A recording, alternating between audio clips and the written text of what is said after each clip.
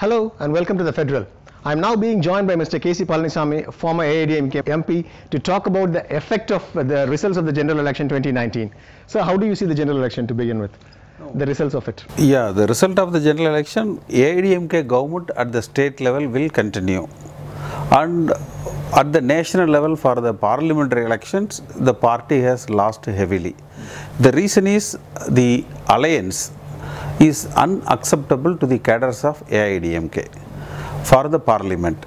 And for the assembly, the main campaigning factor for Mr. Stalin was that there should be an immediate change with the result of these 22 by-elections, which people did accept it, because that may lead again to collapse of the current government. So people want this current government to continue for next 2 years. People don't want this government to go, and people are not ready for a next general election for the state assembly. So they have given the mandate at least for the survival or for continuance of this government. But as far as the parliament is concerned, the Bharatiya Janata Party yet to gain acceptance with the people of Tamil Nadu, because some of the projects which they brought into Tamil Nadu, even the AIADMK party itself has gone against it. Some of their schemes in total ideologically are to the benefits of Tamil Nadu. AIADMK has never accepted BJP in total, even when Amma was there. So had AIADMK had gone alone in Tamil Nadu, AIADMK would have performed little more better in Tamil Nadu. But there is a perception that you concentrated more on the by-polls than on the parliamentary elections just to ensure that your government here survived. So, I mean, is that a fair assessment to make? When see, most of except these 4 out of 22, the 18 assembly segments has gone only along with the parliament. So when the cadres campaign along with the parliament, certainly they do the same job. But where does this difference arises? The difference arises, the AIADMK cadres and the AIADMK voters want this government to continue. But at the same time, because of the regional issues and also certain factors, the BJP tried to control the AIADMK party, which doesn't gain, or the cadres of AIADMK have any acceptability for that. So even on that count, they don't want BJP to come in the parliamentary election. BJP means the BJP alliance, because the projection during the election, the campaign in the election was mostly vote for Mr. Modi to become the Prime Minister. That was the campaign. Even wherever AIADMK contesting in the parliamentary seats, there also the campaigning was restricted. You vote for this alliance only to make Modi as the Prime Minister, which has not created that much of an acceptability with the cadres and to the voters who are supporting AIADMK. Okay, but what do you think is the effect of Dinakaran on this particular election? Was he able to dent the vote bank of the AIADMK?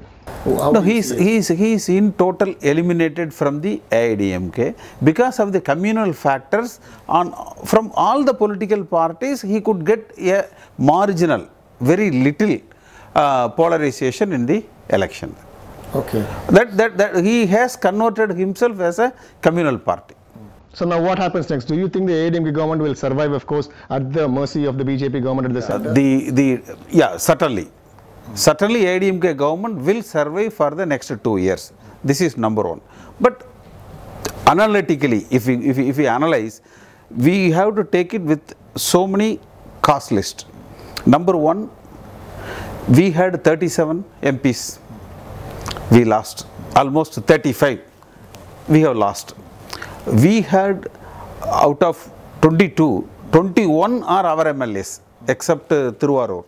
21 are our MLAs. Even if we win in 11, we lose another 10. So that's a loss. And another thing, this time we won in 10 assembly elections, or likely to win 10 assembly elections. Maybe for a sole factor, people don't want another state government general elections. They want this government to continue. We cannot take that as granted. This government has created or got an blanket acceptance for all their deeds. So the rest of the 2 years, the government has to function with a lot of caution. Okay. So what do you think is the reason for Modi not being, not doing well in Tamil Nadu, whereas he has been able to sweep the rest of the country? See, the Tamil Nadu is a Dravidian movement, penetrated state, a different ideological state. Somehow from the beginning, people of Tamil Nadu, even when Amma was there, from the beginning, people of Tamil Nadu are anti-religious politics and anti-communal politics and centric to the development of the state. So BJP has projected more or less as a Hindutva party. The development of Tamil Nadu has been compromised in many projects, or the state has, several districts got affected out of certain schemes brought down by the BJP government, and more so the ADMK as a party, the chief minister and the deputy chief minister are under the clutches of the BJP. Whatever they say, these people have to go by that, and these two are not going on their own. That's the thinking people, the cadres and the ADMK voters has in mind. That's a differentiation. At the state level, they vote for ADMK, and at the parliament level, they are not vote for this ADMK-BJP alliance.